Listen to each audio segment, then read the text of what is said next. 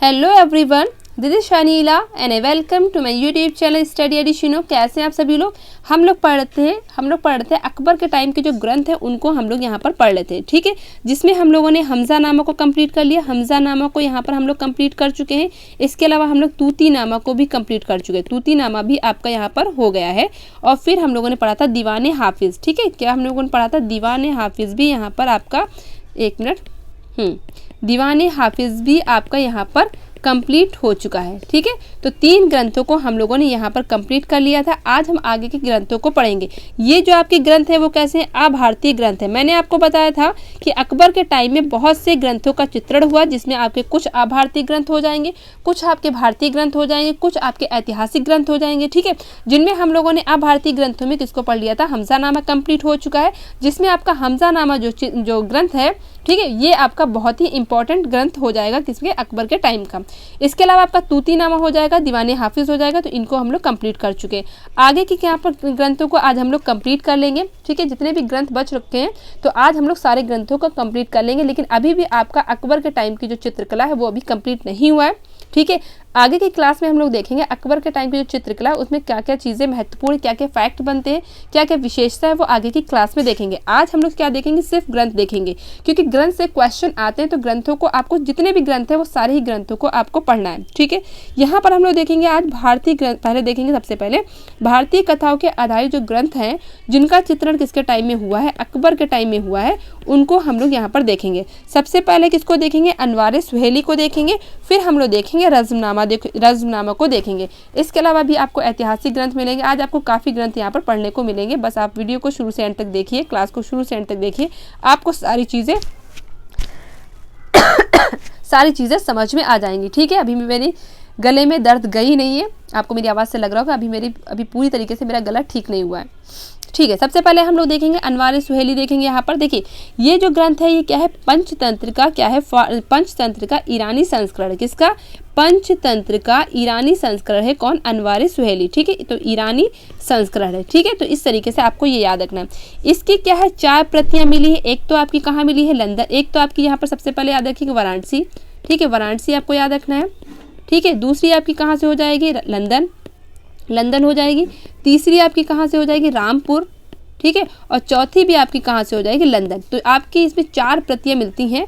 अनवारे सुहेली की 4 प्रतियां आपको प्राप्त हैं, जो आपकी एक तो है भारत कला भवन वाराणसी में सुरक्षित है।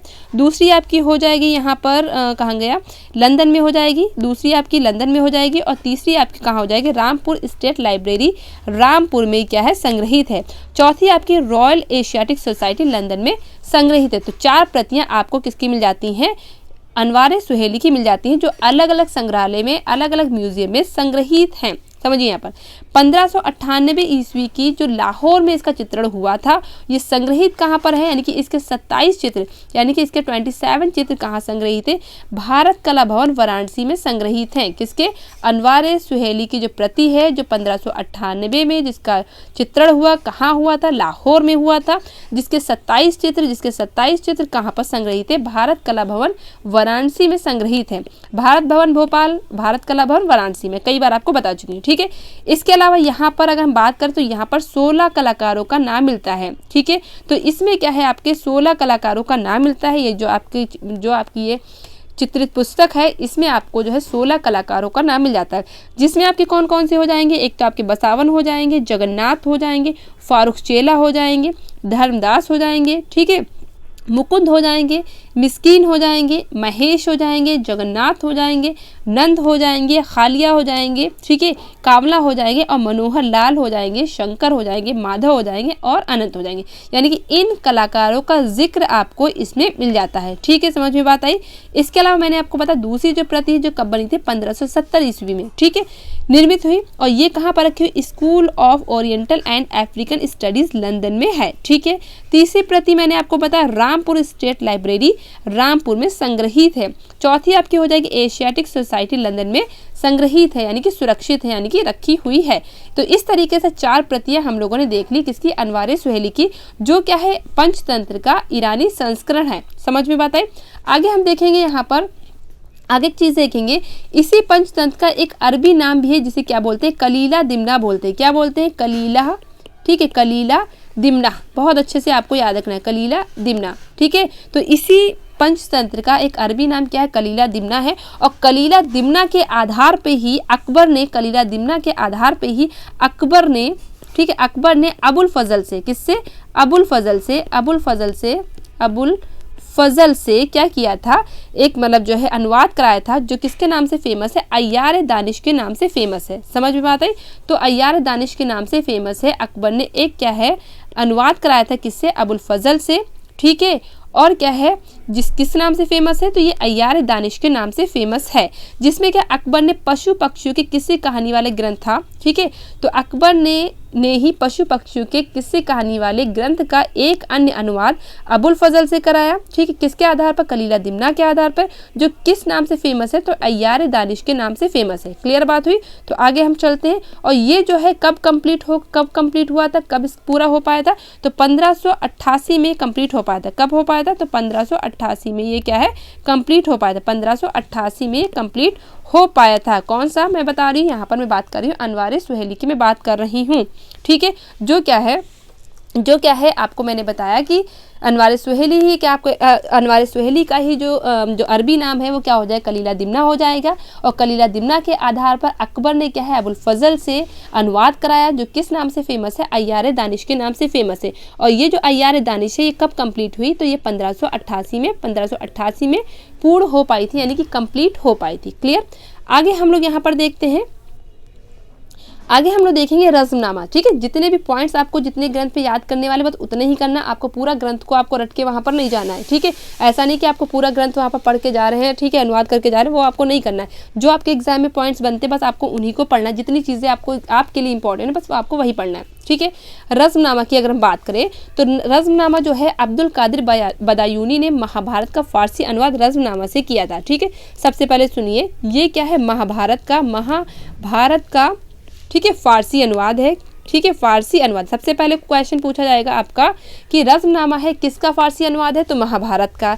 किसने इसको अनुवाद किया था, तो किसने किया था, अब्दुल कादिर बदायूनी ने किया था। किसने किया था, अब्दुल, ठीक है, अब्दुल कादिर बदायूनी, ठीक है। अच्छे से आपको सारी चीज़ें यहाँ पर याद रखनी है, ठीक है। तो अब्दुल कादिर बदायूनी ने महाभारत का फारसी में अनुवाद किया, जो किस नाम से किया, तो रज़्मनामा से किया। बहुत ही इंपॉर्टेंट पॉइंट यहाँ पर ये निकल के आता है। अब्दुल कादिर जो बदायूनी थे ये काफ़ी क्या है विद्वान थे, यानी कई भाषाओं को इनको ज्ञान था। सबसे पहले देखिए फारसी में किया, तो आपको जाहिर सी बात फारसी में तो इनको ज्ञान होगा ही, तभी तो फारसी में किया। इसके अलावा क्या है, अब्दुल कादिर बदायूनी को संस्कृत का प्रसिद्ध विद्वान भी कहा जाता था, यानी कि फारसी में भी इनको क्या कहते हैं नॉलेज थी। इसके अलावा संस्कृत का भी इनको ज्ञान था, इसके अलावा अरबी का भी ज्ञान था, और फारसी तो मैं बता ही चुकी, यानी कि अरबी, फारसी और संस्कृत का ये क्या है ज्ञाता थे, यानी कि इसका ये क्या है ज्ञान रखते थे, यानी कि इनको इसके बारे में नॉलेज थी। समझ में किसको, अब्दुल कादिर बदायूनी, जो किसके दरबार में आपके हो जाएंगे, अकबर के टाइम के हो जाएंगे, ठीक है, यानी कि अकबर के दरबार में ये थे। इसके अलावा अगर हम बात करें, ये जो ग्रंथ है, ठीक है, 1582 से 1589 के बीच में, ठीक है, 89 के बीच में क्या है ये चित्रित हुआ। कौन सा, रज़्मनामा। जो रज़्मनामा है 1582 से यानी कि 1582 से लेकर के 1589 के बीच में ये क्या है इसका चित्रण कार्य हुआ था, ठीक है। किसके टाइम की बात हो रही है, यहाँ पर अकबर के टाइम की बात हो रही है, क्योंकि हम लोग पढ़ ही रहे अकबर के टाइम में जिन ग्रंथों का चित्रण हुआ, ठीक है, जिन ग्रंथों का चित्रण हुआ, यानी कि यहाँ पर ग्रंथ लिखने की बात नहीं हो रही, यानी जिन ग्रंथों का जो है चित्रण हुआ उसकी यहाँ पर बात हो रही है, ठीक है। समझ में बताई? तो रज़्मनामा क्या हो जाएगा, ये महाभारत का फारसी अनुवाद है, जो किसने किया था, अब्दुल कादिर बदायूनी ने किया था, ठीक है। अब्दुल कादिर बदायूनी जो थे उनको कई लैंग्वेजेस का ज्ञान था, जैसे कि संस्कृत हो जाएगी, अरबी हो जाएगी, फारसी हो जाएंगी, तो इन सभी लैंग्वेजेस का अब्दुल कादिर बदायूनी को अच्छा खासा ज्ञान था, ठीक है। इसके बाद हम बात करते हैं कि इसमें क्या है 169 चित्र बने। किसमें, यहाँ पर किसकी बात हो रही, रज़्मनामा की बात हो रही। किसकी बात हो रही, रज़्मनामा की यहाँ पर बात हो रही है, ठीक है। तो रज़्मनामा में आपको 169 चित्र बने हैं, जो 3 जिल्दों में विभक्त है। जिल्द का मतलब होता है प्रति, जिल्द का मतलब क्या होता है प्रति, यानी कि प्रति का मतलब क्या हो जाएगा कॉपी, ठीक है, ठीक है, कॉपी का मतलब डुप्लीकेट, ठीक है। तो यानी कि 3 जिल्द में ये क्या है विभक्त है। समझ में बात है? मैं फिर से बता रही हूँ आपको, रज़्मनामा में आपको 169, ठीक है, 169 चित्र मिल जाते हैं, जो क्या है 3 जिल्दों में क्या है विभक्त हैं। इसको पूर्ण करने में 50 चित्रकारों का योगदान रहा था। यानी कि रज़्मनामा के चित्रों को पूर्ण करने में लगभग आपके 50 चित्रकारों का काम लगा था, यानी कि 50 चित्रकारों का योगदान था, यानी कि 50 चित्रकारों ने इसमें काम किया था। ठीक है, जिसमें मेन चित्रकार कौन थे? एक तो आपके दसवंत हो जाएंगे, बसावन हो जाएंगे, मिस्किन हो जाएंगे, लाल, जिसमें हम लोग दसवंत, बसावन, मिस्किन को यहाँ पर हम लोग पहले ही पढ़ चुके हैं। ठीक है, तो समझ में बात आई। तो दसवंत है, बसावन है, मिस्किन है, तो इनका जो है, ठीक है, इन्होंने अपना योगदान दिया किसमें? रज़्मनामा के चित्रों को बनाने में। समझ में बात आई। आगे हम लोग यहाँ पर चलते हैं, आगे हम लोग यहाँ पर देखते हैं 21 चित्रों में दसवंत का नाम मिलता है। जैसे कि मैंने अभी आपको बताया, एक मिनट, जैसे मैंने अभी आपको बताया 169 चित्र मिले हैं। ठीक है, जिसमें दसवंत है, बसावन है, मिस्किन है, लाल है। ठीक है, लगभग आपके 50 चित्रकार हैं। ठीक है, लगभग आपके कितने? 50 चित्रकार है, जिसमें आपको यहाँ पर दसवंत, बसावन और मिस्किन और लाल यहाँ पर आपको मिल जाते हैं। इसके अलावा अगर बात है, इनमें से जो है 21 चित्रकारों में तो सिर्फ दसवंत का ही नाम मिलता है, यानी कि 21 चित्रकारों में तो सिर्फ दसवंत का ही नाम मिलता है। आपको मैंने दसवंत के बारे में बताया था, ये क्या है, कैसा जो है चित्रकार है जो क्या है, पागल हो गया था लास्ट में, और पागल होकर के इसमें क्या कर लिए थे? आत्महत्या कर लिया था। ठीक है, तो 21 चित्रकार, तो इसी चित्रण के दौरान दसवंत क्या हो गया था? पागल हो गया था। मैंने आपको बताया था जो दसवंत है वो अकबरकालीन चित्रकार है, जो लास्ट में क्या हो गया था? पागल हो गया था, और पागल हो जाने के बाद क्या किया था? इसने क्या कर लिया था? आत्महत्या कर ली थी। क्वेश्चन आपसे पूछा था कौन सा ऐसा चित्रकार है जिसने आत्महत्या कर ली थी, तो वो आपका कौन हो जाएगा? दसवंत ही हो जाएगा। कौन सा ऐसा कलाकार है या चित्रकार है जो क्या है? पागल हो गया था, तो वो कौन सा हो जाएगा? दसवंत ही हो जाएगा। दसवंत किस काल का चित्रकार है? तो आपको याद रखना है वो अकबर के काल का ही चित्रकार है। ये किस जाति का था? तो आपको मैंने बताया था ये कहार जाति का था। ठीक है, तो कहार जाति का ये जात का ये था। समझ में आई। तो ये सारी चीजें मैंने आपको किसके बारे में बताई थी? दसवंत के बारे में बताई थी। ठीक है, और ये किस शैली में सिद्धहस्त था? तो मैंने बताया था जयपुरी और आराइसी शैली में सिद्धहस्त था। कौन? दसवंत। समझ में बात आई। अब देखिए, ये जो आपका रज़्मनामा है, सॉरी हाँ, रज़्मनामा जो है आपका, तो उस समय, यानी कि उस समय जिसका जो चित्रण हुआ था, इसमें कितना खर्च लगा था, कितना पैसा लगा था? तो उस टाइम की अगर पैसे की बात करें, इस टाइम के पैसे की बात नहीं है, उस टाइम की अगर पैसे की बात करें तो 4 लाख रुपए, लगभग आपके 4 लाख रुपए यहाँ पर खर्च हुए थे, ऐसा कहा जाता है। कितने रुपए खर्च हुए थे? तो 4 लाख रुपए यहाँ पर खर्च हुए थे इसको पूर्ण करने में। समझ में आई? समझ में बात आ गई। इसके अलावा ये सारी चीज़ें आपको यहाँ पर याद करनी है। ओके, आगे हम लोग यहाँ पर देखते हैं, ये हो गया। आगे हम लोग यहाँ पर देखते हैं, देखिए कर्नल टी.एच. हैंडले, ठीक है, कर्नल ये है, कोलोनल मत इसको पढ़ लेना। Colonel TH. हैंडले ने अपनी पुस्तक में रज़्मनामा के 148 चित्र छापे। जो ये हैंडले थे, ठीक है, या हैंगले थे, हैंडले भी लिखा आता है, हैंगले भी लिखा आता है, तो इन्होंने 148 चित्र क्या है? 148 चित्र किसके? रज़्मनामा के। किसके? रज़्मनामा के अपनी पुस्तक में छापे। ठीक है, जितने भी ये जो आपके क्रिटिक्स होते थे, तो वो क्या है, उनको सुरक्षित रखने के लिए अपनी अपनी पुस्तक में इसको छापते थे। ठीक है, तो इसी तरीके से 148 जो है चित्र किसने? हैंडले ने अपनी जो है पुस्तक में छापे थे। समझ में बात आई। तो रज़्मनामा के 148, पूछा जाए आपसे कि हैंडले ने कितने चित्र छापे, तो 148 चित्र छापे। किसके छापे? तो रज़्मनामा के छापे। ठीक है, इसकी प्रथम प्रति, अब देखिए यहाँ पर मैंने अभी आपको बताया था, नहीं अभी तो आपका यहाँ पर वाराणसी आया था, फिर आपका आया था रामपुर आया था, फिर आपका लंदन, 3 जगह पर आपके वो संग्रहित थे। कौन से मैंने बताया था 3 जगह संग्रहित थे? जल्दी से मुझे बताइए। तो आपको मैंने अभी बताया था कौन सा? अनवारे सुहेली, यानी कि अनवारे सुहेली के जो प्रतियाँ हैं वो आपकी 3 जगह संग्रहित हैं। एक तो आपकी हो जाएंगी, ठीक है, एक तो आपकी हो जाएंगी, आपकी लंदन हो जाएंगी यहाँ पर, और फिर आपको रामपुर मैंने बताया था। इसके अलावा मैंने बताया था क्या कहते हैं, लंदन, रामपुर, बनारस, और दो लंदन हो जाएंगे, 2 लंदन, 1 रामपुर, 1 बनारस। तो ये आपके यहाँ पर संग्रहित थी। इसके बारे में मैंने यहाँ पर आपको बता रखा है रज़्मनामा के। ठीक है, तो यहाँ पर मैंने आपको बताया था, ठीक है, सॉरी अनवारे सुहेली। ठीक है, रज़्मनामा तो पढ़ ही रहे हम लोग हैं। ठीक है, 1 मिनट रुकिए, कहाँ पर हम लोग चल रहे हैं, रुकिए, हाँ, यहाँ पर अनवारे सुहेली के बारे में हम लोगों ने बताया था। तो रज़्मनामा तो अभी हम लोग पढ़ ही रहे हैं। ठीक है, रज़्मनामा तो अभी हम लोग पढ़ ही रहे हैं। तो रज़्मनामा के जो चित्र हैं वो कहाँ पर आपके संग्रहित हैं? ठीक है, रज़्मनामा, तो इसकी भी जो है चित्र भी देखेंगे। इसमें हम सबसे पहले देखेंगे इसकी क्या है, कई प्रतियाँ इसकी भी हैं। जैसे कि आपकी अनवारे सुहेली की 4 प्रतियाँ मैंने आपको बताई, जो आपकी एक रामपुर में, जो आपकी देखिए अनवारे सुहेली, आप कन्फ्यूज़ यहाँ पर ना होइएगा, अनवारे सुहेली को मैंने आपको बताया अनवारे, ठीक है, सुहेली, अनवारे सुहेली के बारे में मैंने बताया। जो आपकी एक क्या हो जाएगी, बनारस में मैंने बताया, बनारस, और दूसरी आपकी बताई रामपुर, रामपुर और 2 आपकी थी लंदन में, ठीक है, लंदन म्यूजियम में संग्रहित 3 में। तो इसी तरीके से यहाँ पर भी आपको क्या याद रखना है, तो यहाँ पर किसकी यानी कि किसकी आपकी रज़्मनामा की जो प्रति है वो कहाँ पर संग्रहित है, 1 मिनट, कहाँ पर इसकी प्रथम प्रति सवाई मानसिंह द्वितीय संग्रहालय में संग्रहित है, जो कहाँ पर है, जयपुर में। तो सवाई मानसिंह द्वितीय संग्रहालय या म्यूजियम कहाँ पर है, तो जयपुर में। सवाई मानसिंह द्वितीय संग्रहालय कहाँ पर है, तो जयपुर में है। अगर आपसे क्वेश्चन पूछा जाए सवाई मानसिंह द्वितीय संग्रहालय कहाँ पर है, तो आपको याद रखना है ये कहाँ पर है, जयपुर में है। जिसकी एक प्रति कहाँ पर संग्रहित है, ठीक है, किसकी एक प्रति यहाँ पर संग्रहित है, तो रज़्मनामा की, किसकी संग्रहित है, रज़्मनामा की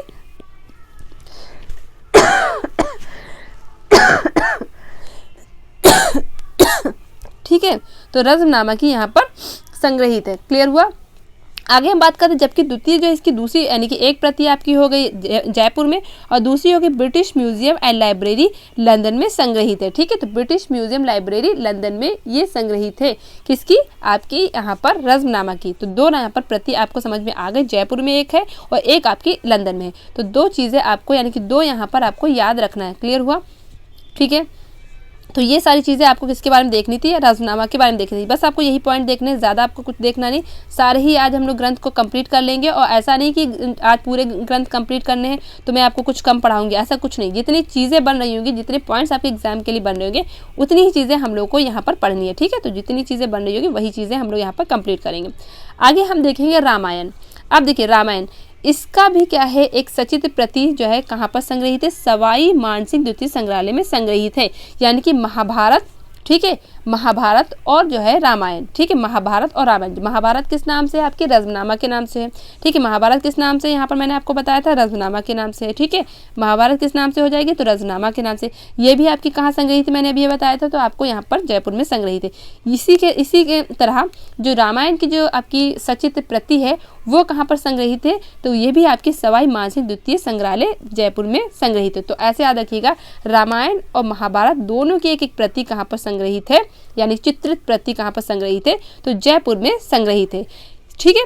1588 में इसका चित्रण कार्य समाप्त हुआ। इसका चित्रण कार्य कब समाप्त हुआ था, तो 1588 में समाप्त हुआ था।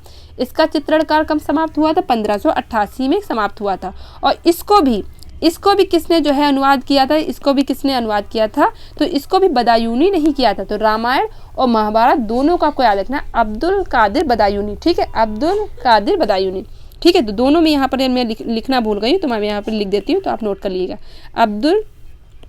अब्दुल कादिर, ठीक है, कादिर बदायूनी। इसको भी आपको याद रखना है, नोट कर लीजिए, यहाँ पर चीज़ें आप नोट कर लीजिएगा, वरना बाद में आप भूल जाएंगे, ठीक है। तो ये भी आपको यहाँ पर याद रखना, अब्दुल कादिर बदायूनी, ठीक है, आपको ये याद रखना है, ठीक है। समझ में बात आई। रामायण और महाभारत दोनों का अनुवाद जो है किसने किया, ठीक है, वो भी किसमें किया, फारसी भाषा में किया। किसने किया, तो अब्दुल कादिर बदायूनी ने किया, ठीक है।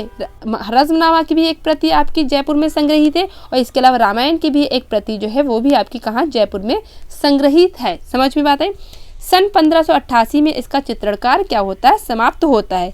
इस ग्रंथ में रज़्मनामा वाली चित्र शैली देखने को मिलती है, यानी कि जिस तरीके से रज़्मनामा में चित्रण कार्य हुआ है, जिस तरीके उसमें चित्रण कार्य मिलता है, उसी तरीके से रामायण की जो चित्रित प्रति बनी हुई है तो उसमें भी उसी तरीके से झलक मिल जाती है, यानी कि उसी तरीके से काम इसमें भी हुआ है। समझ में आए। और ये भी कहाँ पर संग्रहित है, तो ये भी आपकी सवाई मानसिंह द्वितीय संग्रहालय जयपुर में संग्रहित है। समझ में बात आई। तो यहाँ पर रामायण को भी हम लोगों ने कंप्लीट कर लिया। इसके अलावा अन्य भारतीय कथाओं में हम लोगों को किसको पढ़ना है, एक तो अथर्ववेद को पढ़ना है, यानी कि अथर्ववेद में क्या चीज़ पढ़नी है, 2-3 पॉइंट पढ़ लें। राजतरंगिणी को पढ़ना है, नल दमयंती को पढ़ना है, ये दमयंती है, ठीक है।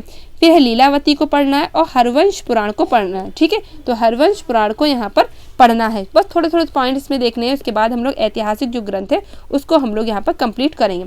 सबसे पहले हम देखेंगे अथर्ववेद। अब इसमें क्या देखना है, इसका भी फारसी अनुवाद हुआ, जैसे कि रामायण का फारसी अनुवाद हुआ, ठीक है। रज़्मनामा का हमज़ानामा बोल रही, रज़्मनामा का फारसी अनुवाद हुआ, ठीक है। रामायण का और महाभारत का फारसी अनुवाद हुआ, अब्दुल कादिर बदायूनी ने किया। उसी तरीके से अथर्ववेद का भी फारसी में अनुवाद हुआ। अथर्ववेद का भी फारसी में अनुवाद हुआ। किसने किया था? तो हाजी इब्राहिम ने किया था। किसके द्वारा हुआ? तो हाजी इब्राहिम के द्वारा हुआ। किसके द्वारा हुआ? हाजी इब्राहिम के द्वारा हुआ। आपको बहुत अच्छे से याद करना है। जब ग्रंथ आप पढ़ लेंगे तो आप कंफ्यूज हो जाएंगे किसने किसका जो है अनुवाद किया था, किस भाषा में किया था, तो आप बाद में कंफ्यूज हो जाएंगे। तो आप बहुत अच्छे से साथ साथ में लर्न करते चलिए, ठीक है। जल्दी के चक्कर में मत रहिए, आप आराम से लर्न करते चलिए, ठीक है। साथ साथ में लर्न कर लीजिए कि आपको बाद में रिवीजन ही ना करना पड़े, ठीक है। तो यहाँ पर समझ में आया। तो इसका फारसी अनुवाद किसने किया? हाजी इब्राहिम ने किया। रास तरंगिणी किसने द्वारा लिखी है? तो रास तरंगिणी लिखी किसने है? तो आपको याद रखना कल्हड़ के द्वारा लिखी गई है। रास तरंगिणी किसने लिखी है? तो कल्हड़ ने लिखी है, ठीक है। किसने लिखी है? कल्हड़ ने लिखी है, ये आपको याद रखना है। रास तरंगिणी किसने लिखी? कल्हड़ ने लिखी है, ठीक है। तो इस तरीके से ये आपको याद हो गया। इसका फारसी अनुवाद किसने किया? मुल्ला शाह मोहम्मद शाहाबादी ने किया। बहुत इंपॉर्टेंट, मुल्ला शाह मोहम्मद शाहाबादी, ठीक है। तो शाहाबादी आपको यहाँ पर याद रखना है किसके लिए? रास तरंगिणी के लिए। और लिखा किसने है, यानी चित्रणकारी किसने, सॉरी लिखा किसने? देखिए मेन जो पुस्तक है ये रास तरंगिणी, वो किसने लिखी? कल्हड़ ने लिखी। और जो फारसी अनुवाद किया किसने किया? शाहाबादी ने किया, ठीक है। जाहिर सी बात पहले तो लिखी गई होगी ना, फिर बाद में उसका ट्रांसलेशन हुआ, ऐसा तो नहीं है नहीं कि मतलब पहले ट्रांसलेशन हो जाएगा। तो पहले किसने लिखी? कल्हड़ ने लिखी। और फारसी में अनुवाद किसने किया? तो शाहाबादी ने किया। किसका? रास तरंगिणी का। अथर्ववेद की अगर बात करें तो मैंने बता दिया हाजी इब्राहिम ने, ठीक है। इसके अलावा आपको याद रखना जो अथर्ववेद है, जैसे कि आपको पता है हमारे क्या है, कितने वेद है, मुख्य क्या आपके वेद कितने हैं? तो 4 वेद है। कितने वेद है? मैंने आपको बताया 4 वेद है। तो कौन सा एक हो जाएगा? एक तो आपको हो जाएगा ऋग्वेद, ठीक है। एक आपका हो जाएगा ऋग्वेद, दूसरा हो जाएगा आपका सामवेद। समझ लीजिए ये भी क्वेश्चन पूछा है इसलिए आपको याद रखना सामवेद। तीसरा आपका हो जाएगा यहाँ पर यजुर्वेद, ठीक है, यजुर्वेद। चौथा आपका हो जाएगा, यहाँ पर लिख देती हूँ मैं, अथर्ववेद, ठीक है। अब देखिए इसमें कौन कौन से पॉइंट आपके एग्जाम में बनते हैं वो मैं आपको यहाँ पर बता देती हूँ। देखिए जो ऋग्वेद है इसमें क्या सबसे पहले कला शब्द का प्रयोग हुआ। ऋग्वेद में, यहाँ पर मैं लिखती हूँ, ऋग्वेद में सबसे पहले,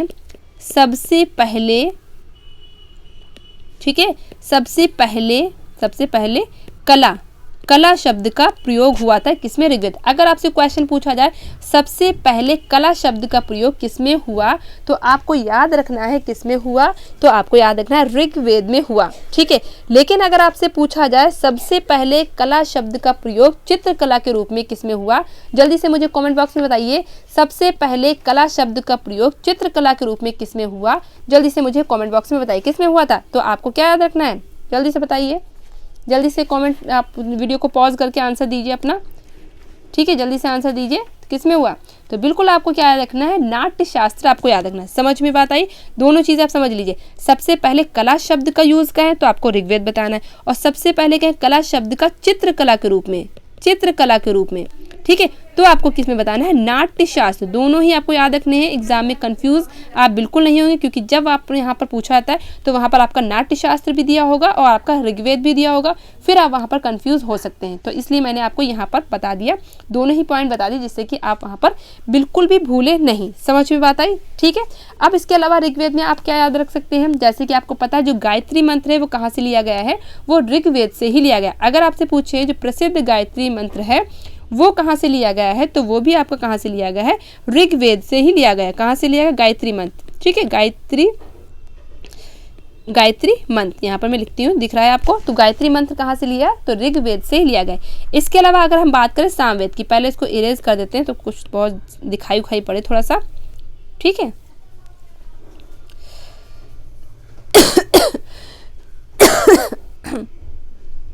ठीक है, तो यहाँ पर फिर हम लोग बात करेंगे सामवेद। जो सामवेद है ये आपका ऐसा ग्रंथ है, ठीक है, जो क्या है, जिसे क्या कहा जाता है? भारतीय संगीत का जनक कहा जाता है। यानी कि अगर आपसे पूछे भारतीय संगीत का जनक किस ग्रंथ को कहा जाता है, ठीक है, भारतीय संगीत का जनक, ठीक है, भारतीय संगीत का जनक किसे कहा जाता है? तो सामवेद को कहा जाता है। और ये कैसे लिखा हुआ है, यानी कि इसकी सूक्ति किस में लिखी? पद में लिखी हुई या गद में लिखी हुई? तो क्या है? पद में लिखी हुई है, ठीक है, पद में। जैसे कि ऋग्वेद है आपका जो है गद में लिखा हुआ है, ठीक है, ऋग्वेद आपका गद में लिखा हुआ, जबकि सामवेद आपका क्या है? पद में लिखा हुआ है। इसके अलावा अगर हम बात करें यजुर्वेद की, यहाँ पर बात करें, ठीक है, यजुर्वेद की हम यहाँ पर बात करें, यहाँ पर ये वाली की इसकी बात करें, तो यजुर जो वेद है ये क्या है? एक ऐसा ग्रंथ है जो गद और पद दोनों में लिखा गया है। गद और पद दोनों में लिखा गया है, ठीक है। तो ये पॉइंट आपको याद रखने हैं। ऋग्वेद से आपको क्या लिया गया है? गायत्री मंत्र लिया गया है। ठीक है। कला शब्द का सबसे पहले यूज किस में हुआ, तो ऋग्वेद में हुआ। सामवेद किसे कहते हैं, भारतीय संगीत का जनक के रूप में पूछा जाए तो आपको सामवेद याद रखना है, जो किस में लिखा हुआ, पद में लिखा हुआ। यजुर्वेद एक ऐसा ग्रंथ है जो गद्य और पद दोनों में लिखा गया है, गद्य और पद दोनों में लिखा गया है, और इसे क्या युद्ध शास्त्र से भी संबंधित है। ठीक है, ये जो वेद है किससे संबंधित है, युद्ध शास्त्र से भी संबंधित है। पूछा जाए कौन सा वेद युद्ध शास्त्र से संबंधित है, तो आपको याद रखना यजुर्वेद हो जाएगा। अब बात करते हैं यहाँ पर अथर्ववेद की बात करते हैं। देखिए जो अथर्ववेद है, ठीक है, तो इसमें क्या है, आपको जादू टोने का जिक्र मिल जाता है। किसका जिक्र मिल जाता है, जादू टोने का जो जिक्र पूछा जाए तो आपको किसमें याद रखना है, अथर्ववेद को आपको याद रखना है। यानी कि जादू टोना है, तंत्र मंत्र है, ठीक है, दवाई वगैरह है, ठीक है, दवा वगैरह है, मेडिसिन है, ठीक है, तो इन सब का जो चीज़, इन सब का जो जिक्र है, इन सब के बारे में किसमें मिलता है, तो अथर्ववेद में मिलता है। ठीक है, तो वेदों के बारे में आपको ये चीज़ें आपको याद रखनी। ये जितनी भी चीज़ें मैंने बताई हैं वो अलग अलग एग्जाम में अलग अलग तरीके से पूछी गई हैं, आपके आर्ट में भी पूछी जाती हैं, इसलिए मैंने यहाँ पर आपको क्लियर कर दी। ठीक है, आपने ना नोट किया तो वीडियो को पॉज कर करके आप स्क्रीनशॉट ले लीजिए। इसके बाद हम लोग बात करते हैं नल दमयंती की बात करते हैं। अब देखिए नल दमयंती, नल और दमयंती, नल और दमयंती, नल क्या है, पुरुष थे, और दमयंती क्या है, दमयंती क्या है, महिला थी। ठीक है, तो नल दमयंती क्या है आपको अच्छे से पता है। नल दमयंती के बारे में आपको एक कहानी प्रचलित है। किसमें कहानी प्रचलित है, नल दमयंती की। ठीक है, तो महाभारत में आपको एक कहानी प्रचलित आपने सुनी होगी, महाभारत में नल दमयंती की जो है कहानी प्रचलित थी। ठीक है, जिसमें आपको पता है कि जो युधिष्ठिर थे, ठीक है, समझिए यहाँ पर जो युधिष्ठिर थे, अब ये प्रचलित है, अब सही है गलत है ये मुझे नहीं पता। ठीक है, जो आपको बुक में आपको मिलता है वो मैं बता रही हूँ। ठीक है, आपके ग्रंथ में क्या मिलता है वो मैं नहीं यहाँ पर बता रही हूँ। ठीक है, तो आप लोग बिल्कुल ऐसा नहीं कि अगर चीज़ें ना हो आपके हिसाब से तो आप सोचे कि मैम तो अपनी तरफ से उल्टा सीधा बता रही ना, तो मैं कुछ भी अपनी तरफ से नहीं बताती। जो चीज़ें एग्जाम के पॉइंट ऑफ व्यू से जो पूछी जाती हैं बस मैं वही चीज़ें आपको, रामायण है, महाभारत, वही चीज़ें मैं आपको बताने वाली। पूरी रामायण महाभारत मैं बता लूँ, ये मेरे में भी इतनी कैपेसिटी नहीं है कि मैं पूरी रामायण और महाभारत आपको पढ़ा दूँ। ठीक है, इतनी मेरे में नॉलेज भी नहीं है। ठीक है, जो चीज़ें आपके एग्जाम के पॉइंट ऑफ व्यू से बनती है बस वही चीज़ें मैं यहाँ पर डिस्कस करती हूँ। ठीक है, तो युधिष्ठिर आपको पता है एक बार क्या है, जुए में सब कुछ हार गए थे। ठीक है, तो फिर क्या है, जुए में हार गए थे, अपने भाइयों के साथ वनवास में पहुंच गए थे। ठीक है, फिर इसके बाद जो है ऋषि ने उनको कहानी सुनाई थी, किसकी, नल और दमयंती की कहानी सुनाई थी, जिसमें नल क्या है, जो नल जो थे वो दमयंती की जो खूबसूरती को, मतलब खूबसूरती के बारे में उन्होंने सुना होगा, तो क्या है बहुत ज़्यादा उनकी खूबसूरती में क्या हो गए थे, मतलब पागल हो गए थे। ठीक है, यानी कि मतलब चाहने लगे थे। तो उसी तरीके दमयंती ने भी सुना था, तो दमयंती भी उनके नल में क्या है, प्रेम में मतलब पड़ गई थी। ठीक है, तो इस तरीके से कहानी मतलब प्रचलित है, किसकी, नल और दमयंती की कहानी प्रचलित है, किसमें, महाभारत में। ठीक है, तो ये आपको इतनी चीज़ें मैंने इसलिए बता दी जिससे कि आपको यहाँ पर याद रहे एग्जाम में। ठीक है, अब यहाँ पर आपको क्या पढ़ना है, इसका जो फारसी अनुवाद किसने किया, फैजी के द्वारा किया गया। इसका फारसी अनुवाद किसके द्वारा किया गया, फैजी के द्वारा किया गया। क्वेश्चन आपका आएगा नल दमयंती का फारसी अनुवाद किसने किया, तो आपको याद रखना है फैजी ने किया। ठीक है, फैजी ने किया, बस इतना ही आएगा। ठीक है, लीलावती, इसका फारसी अनुवाद किसने किया, तो इसका भी फारसी अनुवाद किसने किया, तो भी इसका भी हो जाएगा फैजी ने किया। तो नल दमयंती और लीलावती इन दोनों का फारसी अनुवाद किसने किया, तो फैजी ने किया। जैसे कि आपको महाभारत और रामायण का फारसी अनुवाद किसने किया, तो बदायूनी ने किया। उसी तरीके से नल दमयंती और लीलावती का फारसी अनुवाद किसने किया, तो फैजी ने किया। ठीक है, मैं दोनों चीज़ें एक साथ इसलिए बता रही हूँ, जैसे मैं बार बार बता रही हूँ रज़्मनामा और रामायण बदायूनी, मैं इसलिए बता रही हूँ कि वहाँ पर आप बिल्कुल कन्फ्यूज ना हो कि इनमें कौन से थे उनमें कौन से थे। ठीक है, तो कन्फ्यूज हो सकते हैं, तो आप दो दो करके याद करेंगे तो आपको याद हो जाएगा। मैं इतनी बार रिपीट करी तो आपको याद ही हो गया होगा फिलहाल। ठीक है, तो नल दमयंती और लीलावती दोनों ही किसके लिए याद रखना है, फैजी के लिए याद रखना है। ठीक है, इसकी प्रति कहाँ पर है, तो इसकी प्रति कहाँ है, ब्रिटिश संग्रहालय म्यूजियम। ठीक है, ब्रिटिश संग्रहालय को ही म्यूजियम बोलते हैं। ठीक है, ब्रिटिश संग्रहालय लंदन में संग्रहित है, या ब्रिटिश म्यूजियम लंदन में संग्रहित है। ठीक है, ब्रिटिश म्यूजियम लंदन में संग्रहित है लीलावती की एक प्रति। क्लियर, आगे हम देखते हैं कौन कौन सी चीज़ें यहाँ पर बच रखी हैं। ठीक है, हरिवंश पुराण। ठीक है, बहुत इंपॉर्टेंट ये क्वेश्चन आपका शायद नहीं ये पूछा, हाँ ये मतलब ठीक है, ये क्वेश्चन आपका आया हुआ है। ठीक है, आपके एग्जाम में आया हुआ है। ठीक है, मुझे याद नहीं कौन से एग्जाम में आया हुआ था, कि एनवीएस में आया था कि केवीएस में, मुझे इतना याद नहीं, लेकिन ये क्वेश्चन आपका पूछा गया है कि हरिवंश पुराण जो है क्या पूछा गया था मैं बताती हूँ भी। ये पूछा गया था इनमें से कौन सा ग्रंथ अकबर के टाइम का है, यानी कि अकबर के टाइम में इसका चित्रण हुआ है, तो उसमें ऑप्शन हरिवंश पुराण था।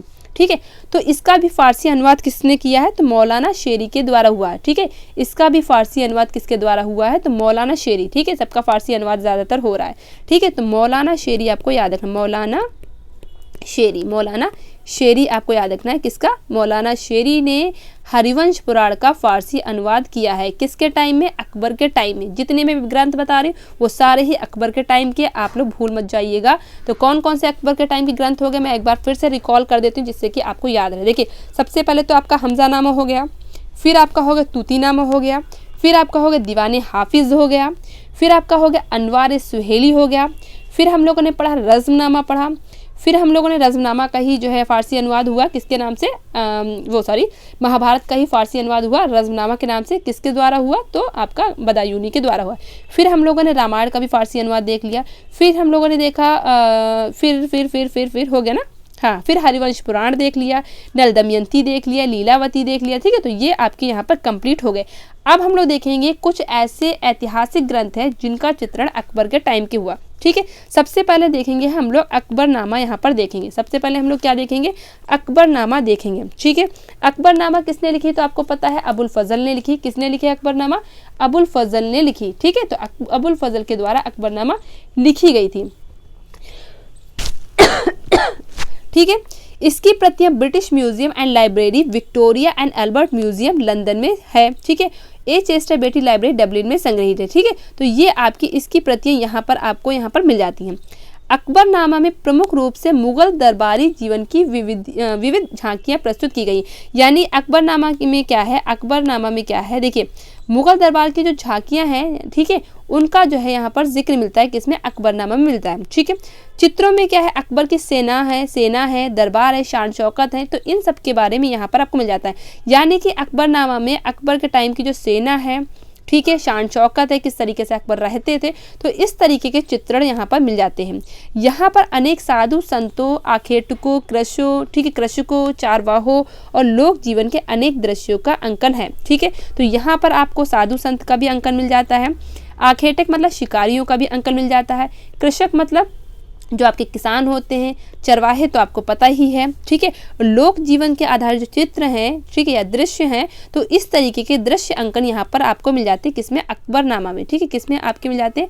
अकबरनामा में मिल जाते हैं। ठीक है, तो ये आपको यहाँ पर समझ में आ गया। कहीं कहीं क्या है? तंबू, तंबू आपको पता है जैसे टेंट होते हैं जिसे बोलते हैं। ठीक है, रनिवास के चित्र भी आपको मिल जाते हैं जिसमें क्या संगीतज्ञ के, पहलवान के, गणितज्ञ के, दास दासियों के, तो इन सभी का अंकन आपको किसमें मिलता है? अकबरनामा में मिलता है। अकबर काल में बनी अकबरनामा की ये प्रति सर्वश्रेष्ठ है। अकबर काल में देखिए सबसे पहली, मैंने आपको बताया सबसे पहली चित्रण के लिए प्रयोग की जाने वाली जो प्रति थी तो वो कौन सी थी? आपकी हमजानामा थी। ठीक है, सबसे पहले आपने कौन सी पढ़ी थी? हमजानामा पढ़ी थी। ठीक है, अगर पूछा जाए सर्वश्रेष्ठ आपकी कौन सी हो जाएगी, सबसे अच्छी कौन सी हो जाएगी, सर्वश्रेष्ठ कौन सी हो जाएगी, तो आपकी हो जाएगी सर्वश्रेष्ठ। ठीक है, सर्वश्रेष्ठ कौन सी हो जाएगी, तो वो आपकी हो जाएगी, कौन सी हो जाएगी, अकबरनामा हो जाएगी। समझ में बात आई? तो ये दोनों पॉइंट आपको याद रखना, आप हमजानामा और अकबरनामा में बिल्कुल भी कंफ्यूज नहीं होंगे। ठीक है, अब इसके अलावा आपको याद रखना है इसके 117 चित्र कहाँ पर संग्रहित है? Victoria and Albert museum London में संग्रहित है। ठीक है, इसके 117 चित्र कहाँ पर संग्रहित है? कहाँ पर संग्रहित है? तो Victoria and Albert museum London में संग्रहित है। इस प्रति के चित्रों में यथार्थता अधिक उजागर होती है, यानी कि इसके चित्र कैसे हैं? यथार्थ तरीके से हैं, रियलिटी वाले चित्र हैं। ठीक है, तो यथार्थता यहाँ पर उजागर होती है। किसमें? अकबर में होती है, अकबर में नहीं, अकबरनामा में होती है। समझ में आया? किसके द्वारा लिखी गई थी? तो आपको पता है अबुल फजल के द्वारा लिखी गई थी। अबुल फजल कौन है? तो अबुल फजल क्या है? जो अबुल फजल है वो क्या है? अकबर के नवरत्नों में से ही आते हैं। ठीक है, इसके अलावा आपको याद रखना है जो अकबरनामा है, ठीक है, अकबरनामा जो है इसमें क्या है, जो सबसे अच्छा चित्र पूछे तो आपको याद रखना सलीम के जन्म वाला जो चित्र है वो सर्वश्रेष्ठ चित्र कहलाता है। कौन सा चित्र? सलीम का जन्म। ठीक है, सलीम का जन्म या सलीम के जन्म वाला जो चित्र है वो क्या है? सबसे बेहतरीन चित्रों में आता है। सबसे बेहतरीन चित्र में पूछा जाए तो आपको याद रखना है कौन सा हो जाएगा? सलीम का जन्म। और इसके अलावा एक और चित्र है जिसको बोलते हैं रणथंभौर किले की घेराबंदी। ठीक है, मैंने यहाँ पर लिख भी रखा है। तो दो चित्र आपको याद रखने हैं, ऑप्शन के अकॉर्डिंग लगाना, दोनों ही ऑप्शन में दिया हो तो आपको सलीम का जन्म लगाना है। ठीक है, अगर सलीम का जन्म आपको ना मिले तो आपको रणथंभौर किले की जो घेराबंदी वाला जो चित्र है वो भी आपका अकबरनामा के बेहतरीन चित्रों में आ जाता है। ठीक है, तो दोनों ही चित्र आपको अच्छे से यहाँ पर याद रखना है। क्लियर? इसके अलावा इसमें देख लेते हैं, देखिए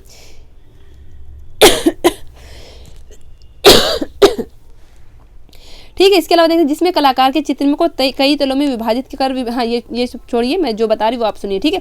चित्र के प्रथम विभाजन है महल के बाहर दान बांटने वाले को, ठीक है, यानी कि पहले तल में आपको क्या है, महल के बाद दान बांटने वाला दिखाएगा। दूसरे विभाजन में क्या, महल के अंदर, ठीक है। फिर क्या, प्रथम अलिंद में वादकों का। तीसरे विभाजन में सलीम के स्नान का। ऊपर की तरफ स्त्रियों का जमघट।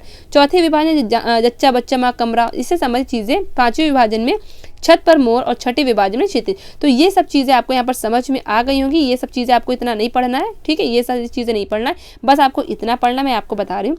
अकबरनामा किसने लिखी, तो अबुल फजल ने लिखी, ठीक है। इसके अलावा इसका सबसे बेहतरीन चित्र कौन सा हो जाएगा, तो सलीम का जन्म वाला हो जाएगा। इसके अलावा कौन सा हो जाएगा, तो रणथंभौर का किला हो जाएगा। तो ये 3-4 पॉइंट आपको अकबरनामा से याद रखने हैं।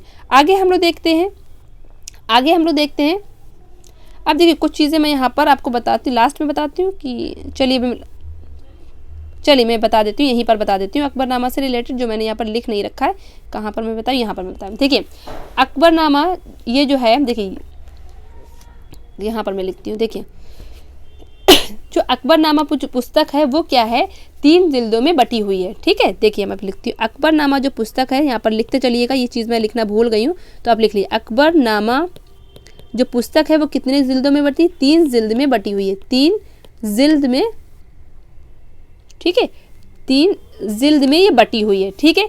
जिसकी आखिरी जिल्द किसके नाम से फेमस है, आखिरी जिल्द किसके नाम से फेमस है, आईने अकबरी के नाम से फेमस है। किसके नाम से फेमस है, आईने अकबरी,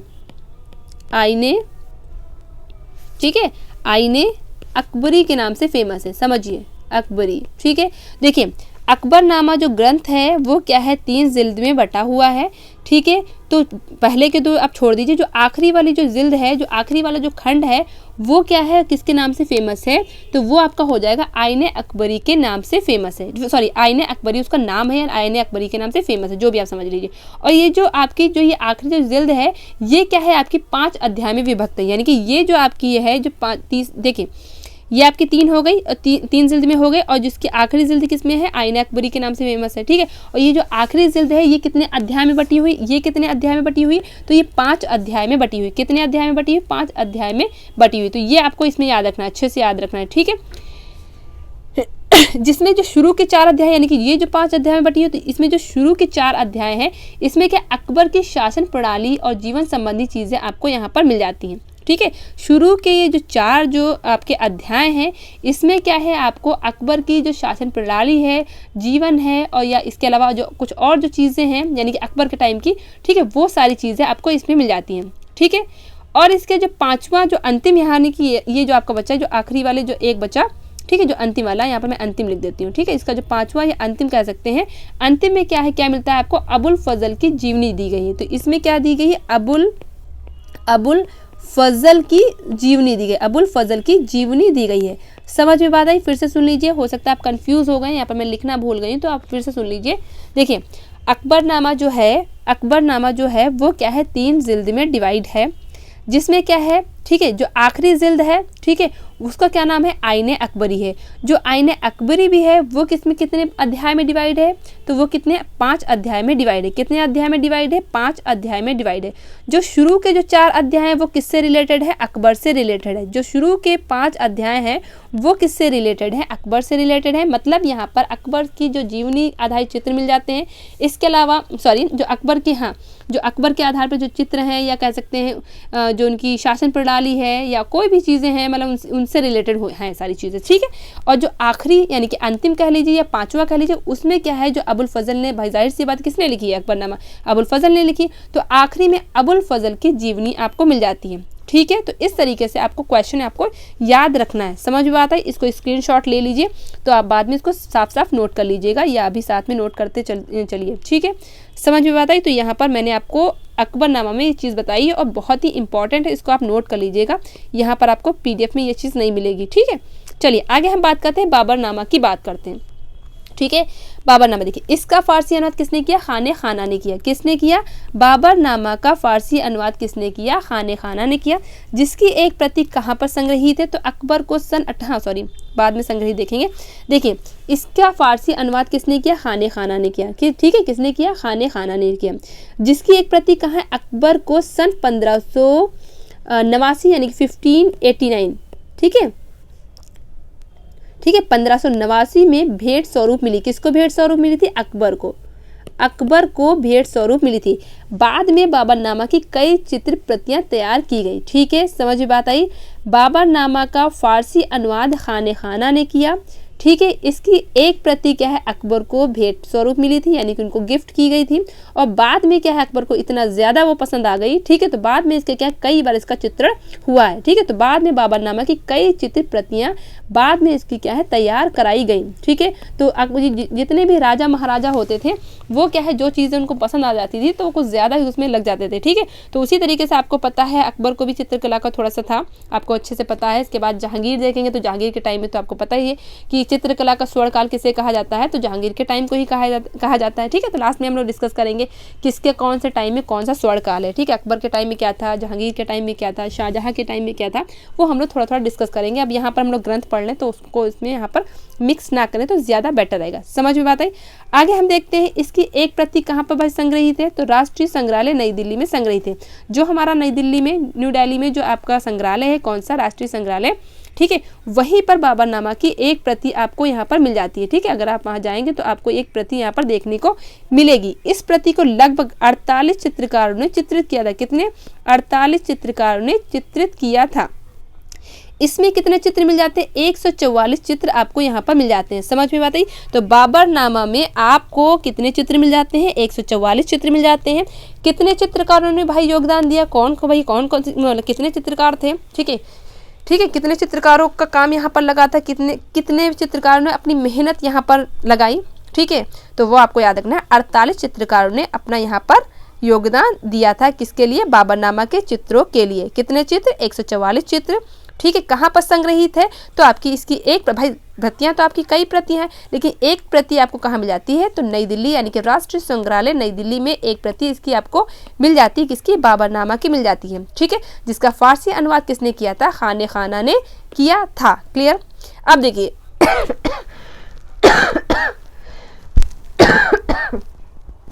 अब देखिए इसकी दूसरी प्रति ब्रिटिश संग्रहालय लंदन में है। ठीक है, तो लंदन में भी बहुत सारी चीज़ें हैं। ठीक है, नई दिल्ली में तो है ही, इसके अलावा लंदन में भी आपको बहुत सारी चीज़ें मिल जाएंगी। इसके अलावा जो वाराणसी है वहाँ पर भी आपको बहुत अच्छे से कई चीज़ें मिल जाती हैं। ठीक है, तो यहाँ पर इसकी दूसरी प्रति आपकी क्या है? ब्रिटिश संग्रहालय लंदन में संग्रहित है। ब्रिटिश म्यूजियम लंदन में संग्रहित है। किसकी? बाबरनामा की एक प्रति आपकी हो जाएगी राष्ट्रीय संग्रहालय नई दिल्ली, दूसरी प्रति हो जाएगी आपकी लंदन हो जाएगी, और तीसरी यहाँ पर तीसरी की बात है ही नहीं, इसमें युवा मंसूर के बनाए पशुओं के सुंदर रेखांकन मिलते हैं। तो बाबरनामा में अगर आपसे पूछा जाए मंसूर के बनाए पशुओं के सुंदर रेखांकन किस में मिलते हैं, तो किस में मिलते हैं? बाबरनामा में मिलते हैं। किस में मिलते हैं? बाबरनामा में मिलते हैं। ठीक है, जिसका अनुवाद किसने किया था? जिसका फारसी अनुवाद किसने किया था? तो किसने किया था? जल्दी से बताइए। अभी मैंने आपको बताया, जल्दी से बताइए। अभी मैंने आपको बताया तो किसने किया था? अब्दुल रहीम खाने खाना ने किया था। क्लियर।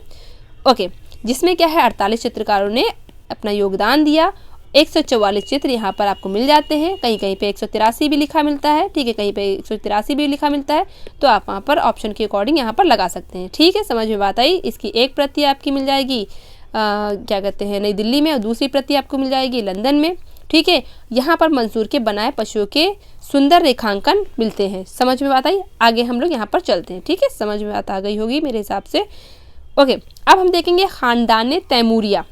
ठीक है, खानदान तैमूरिया। ठीक है, जिसे बोलते हैं तिमूरनामा भी बोलते हैं। क्या बोलते हैं? तिमूरनामा भी बोलते हैं। तिमूरनामा में लिखती हूँ तिमूरनामा। ठीक है, तो दोनों ही नाम याद रखिएगा, वहाँ पर पता चले। खानदान तैमूरिया ना दिया हो तो तिमूरनामा भी देख सकते हैं। आंखें बिल्कुल बंद नहीं करेंगी, नहीं मैम ने खानदान तैमूरिया बताया था, तिमूरनामा तो अलग होगा। नहीं, बिल्कुल आपको ये याद रखना है।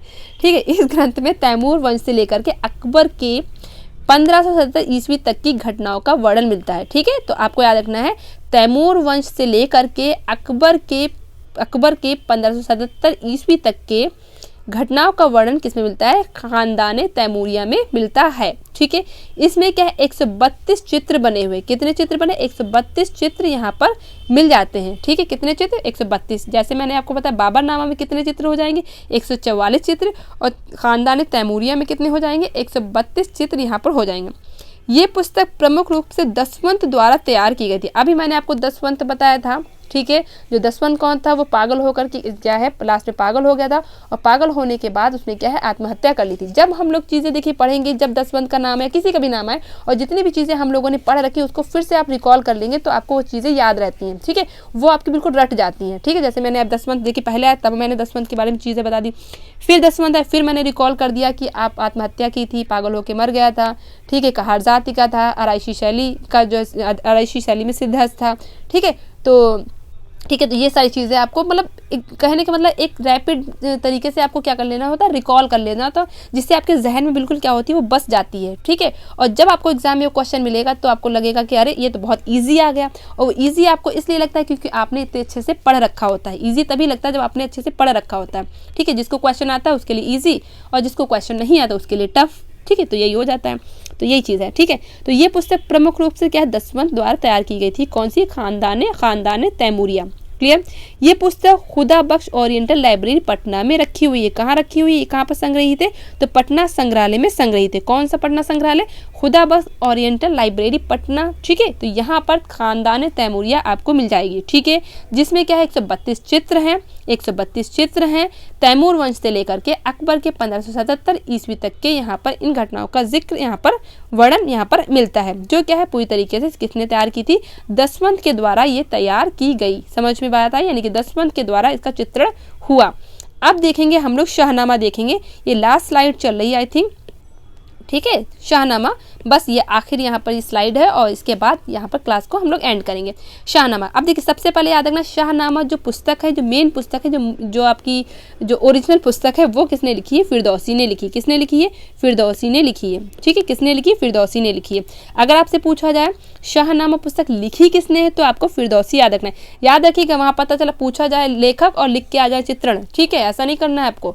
जैसे कि पूछा जाए लेखक, जैसे कि मैंने आपको बताया रज़्मनामा, ठीक है, तो रज़्मनामा आपको पता है किसने जो इसका फारसी अनुवाद किया था? बदायूनी ने किया था, ठीक है। तो आप ऐसा नहीं करके आएंगे महाभारत में किसने लिखी, ठीक है, वेद व्यास वहाँ पर नहीं लिख के आ जाएंगे। अगर वेद व्यास पूछा जाएगा तो आप वहाँ पर बदायूनी नहीं लिख के आ जाएंगे, ठीक है। महाभारत का फारसी अनुवाद बदायूनी ने किया और महाभारत लिखी किसने? तो वेद व्यास ने, ठीक है। तो इस तरीके से आपको वहाँ पर क्वेश्चन पे थोड़ा सा देख लेना है, ऐसा नहीं कि बस शाहनामा देखा बस उठा के लगा दिया।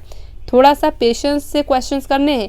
एक एक क्वेश्चंस आपका बहुत ही इंपॉर्टेंट हो जाता है क्योंकि काफ़ी मतलब अच्छी यहाँ पर मेरिट जाती है, आपको अच्छे से पता है, ठीक है। तो आप बहुत अच्छे से करिएगा। चलिए, इस ग्रंथ में ईरान के राजाओं का इतिहास मिलता है। अब आपसे पूछा जाएगा शाहनामा जो पुस्तक है वहाँ पर मतलब किस तरीके की पुस्तक है? तो यहाँ पर ईरान के राजाओं का इतिहास मिलता है। किस राजाओं का इतिहास मिलता है? तो ईरान के राजाओं का इतिहास किस में मिलता है? शाहनामा में मिलता है। ये अकबर के अंतिम समय में चित्रित हुई थी, ठीक है। अकबर के अंतिम समय में चित्रण इसका हुआ था, किसका? शाहनामा का हुआ था। जो लिखी किसने थी? तो फिरदौसी ने लिखी थी। इस प्रति में जामी कवि की कविता का एक भाग है। जामी कवि की कविता का एक भाग किसमें मिलता है? शाहनामा में मिलता है। अब ये कहाँ पर संग्रहित है? तो चेस्टर बेटी म्यूजियम डबलिन में संग्रहित है। तो चेस्टर बेटी संग्रहालय डबलिन में शाहनामा की एक प्रति क्या है? संग्रहित है। समझ में आए? जिसमें क्या है ईरान के राजाओं का इतिहास मिलता है और जो अकबर के आखिर समय में इसका चित्रण हुआ था, ठीक है। चित्रण की यहाँ पर बात हो रही है, ठीक है। तो इसका जो है अकबर के आखिर टाइम में यानी कि लास्ट टाइम में, ठीक है, जब वो मरने वाला होगा, ठीक है, तो उस टाइम में इसका चित्रण हुआ था। ठीक है, तबीयत बहुत ख़राब है, काफ़ी दिन से मैंने क्लासेस बंद कर रखी थी, तो मैं सोच रही थी कब तक मैं बंद करूँगी, तो इसलिए मैंने सोचा स्टार्ट कर दिया जाए। चलिए, ठीक है। तो इस तरीके से यहाँ पर हम लोगों ने शाहनामा में सारी चीज़ें देख ली है, चीज़ें समझ में आई हैं आपको। इसके अलावा कोई भी किसी भी पुस्तक के बारे में कोई भी डाउट है तो आप मुझे कमेंट बॉक्स में ज़रूर लिखिएगा।